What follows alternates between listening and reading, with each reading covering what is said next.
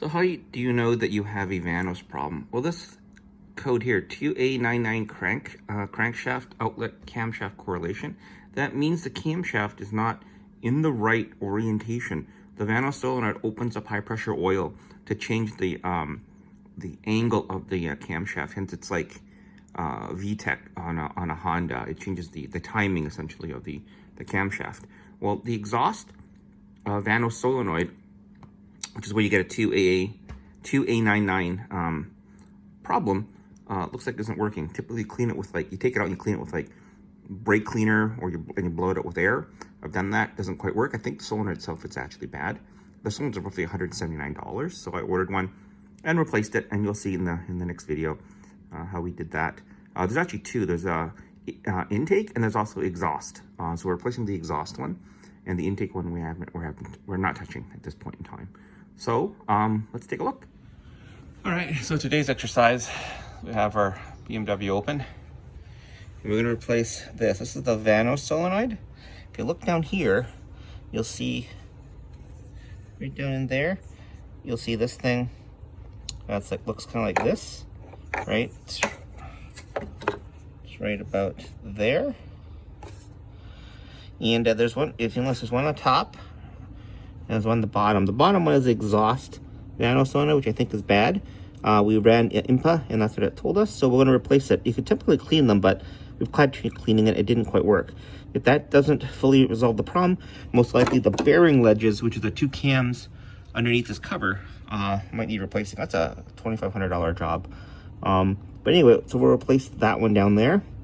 Also, if you notice here, you see this piece of plastic?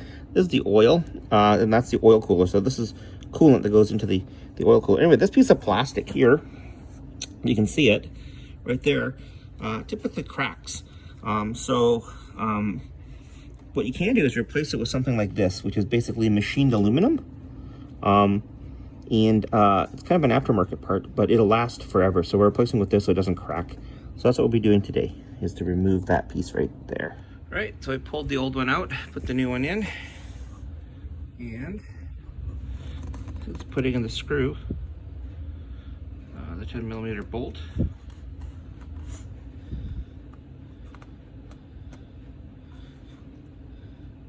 That holds it in place.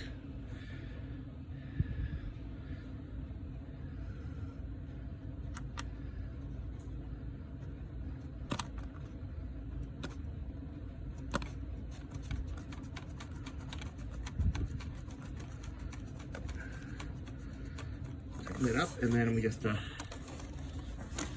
this back in. Right here. Push this little metal thing down. And it goes back on, and that's it. Tighten it up. And to do so, this is form a funnel, and this is a funnel with a plastic tube on it. So we're going to use a form a funnel to catch all the liquid that's going to pour out of that coolant pipe when we take it apart. Cool. So we put our form a funnel there to catch the water into the funnel, and then it has a drain line that goes all the way down to this container here.